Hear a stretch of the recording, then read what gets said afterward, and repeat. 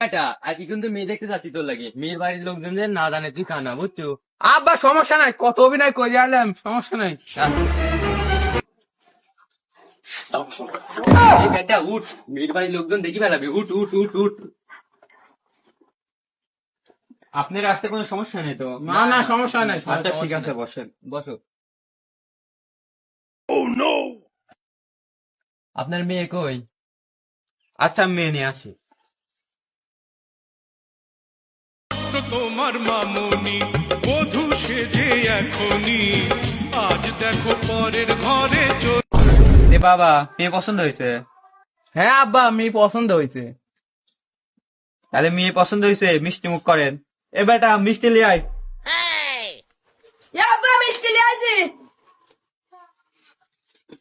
এই বেটা মিষ্টি কিন্তু তোর শ্বশুরের কোলে আছে, একটু দেখি শুনে নিস, তুই কিন্তু কানা, বুঝতে দেন না আচ্ছা পারে। আচ্ছা। ঠিক আছে বেটা, তাহলে মিষ্টি লাও।